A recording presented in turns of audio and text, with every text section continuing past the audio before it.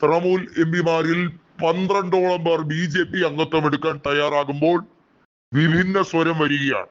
തൃണമൂൽ കോൺഗ്രസിലെ എംപിമാരെ ആരെയും BJP-യിലേക്ക് എത്തിക്കരുത്, അതിനുള്ള വെള്ളം അങ്ങ് വാങ്ങിവെച്ചാൽ മതി, അത്തരത്തിലുള്ള നീക്കം നടത്തരുത് എന്ന് ദിലീപ് ഘോഷ് അടക്കമുള്ളവർ പറയുന്ന ഒരു രീതിയിലേക്ക് വരികയാണ്. മറ്റേത് സംസ്ഥാനത്തെ പോലെയല്ല ബംഗാളിൽ BJP-യും തൃണമൂലും അത്യധികം വൈരാഗ്യ ബുദ്ധിയോടെ പ്രവർത്തിക്കുകയും അവിടെ രാഷ്ട്രീയ പ്രവർത്തനം മുന്നോട്ട് കൊണ്ടുപോവുകയും ചെയ്യുന്ന രണ്ട് പാർട്ടികളാണ്.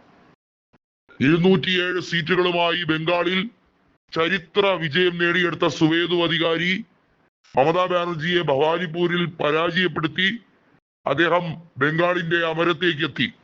എന്നാൽ ബംഗാളിലെ പ്രതിപക്ഷ പാർട്ടി തവിടുപൊടിയാകുന്ന സാഹചര്യത്തിൽ മമത സോണിയാഗാന്ധിയെയും കോൺഗ്രസിന്റെ നേതൃത്വത്തെയും കണ്ട് പ്രസ്ഥാനത്തിനോടൊപ്പം കൂടെ നിൽക്കണം, വേണ്ടി വന്നാൽ ഒരു മെർജിന് ലയനത്തിന് തയ്യാറാണ് എന്ന രീതിയിലുള്ള വാഗ്ദാനങ്ങൾ വരെ കൊടുത്തു എന്ന റിപ്പോർട്ടാണ് പുറത്തു വരുന്നത്.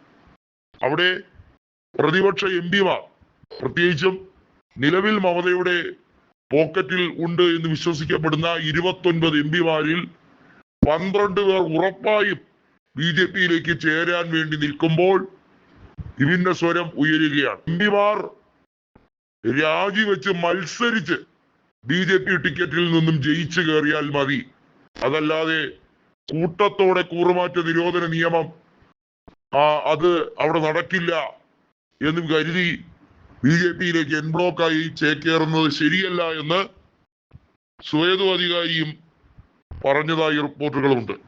ഏതായാലും ബംഗാളിൽ വളരെ വൈകാതെ തന്നെ ഉപതെരഞ്ഞെടുപ്പുകളുടെ ഒരു മഹാമഹം തന്നെയായിരിക്കും നടക്കുന്നത്. ഒരുപക്ഷെ 20ഓ അതിൽ കൂടുതലോ ലോക്സഭാ ഉപതെരഞ്ഞെടുപ്പുകൾ ബംഗാൾ എന്ന സ്റ്റേറ്റിൽ നടന്നാൽ പോലും അത്ഭുതപ്പെടേണ്ട കാര്യമില്ല. നമുക്കറിയാം 42 ലോക്സഭാ സീറ്റുകളുള്ള ബംഗാളിൽ 29 സീറ്റുകൾ കഴിഞ്ഞ തവണ 2024 ലോക്സഭാ തെരഞ്ഞെടുപ്പിൽ തൃണമൂൽ കോൺഗ്രസ് കൊയ്തെടുത്തതാണ്. എന്നാൽ അതിൽ 9 എംപിമാർ, അതായത് കൃത്യമായി പറഞ്ഞാൽ കഴിഞ്ഞ തവണ അധീർ രഞ്ജൻ ചൗധരിക്കുണ്ടായിരുന്ന കോൺഗ്രസിന്റെ സീറ്റിൽ അവിടെ യൂസഫ് പത്താനാണ് തൃണമൂൽ കോൺഗ്രസ് സ്ഥാനാർത്ഥിയായി ജയിച്ചത്. യൂസഫ് പത്താൻ ഉൾപ്പെടെയുള്ളവർ കോൺഗ്രസിലേക്ക് ചേക്കേറാൻ നിൽക്കുകയാണ്. നമുക്കറിയാം ബഹ്റാംപൂറിൽ കോൺഗ്രസിന്റെ ശക്തി കേന്ദ്രമാണ്.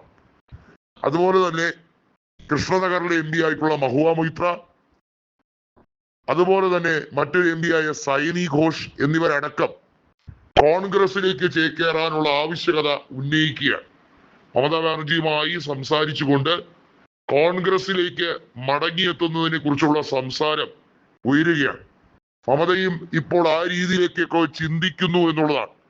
ഇനി തൃണമൂൽ കോൺഗ്രസിന് ഒരു തിരിച്ചുവരവ് ബംഗാളിൽ ഉണ്ടായില്ല എന്ന് അവർക്ക് പരിപൂർണമായി അറിയാം.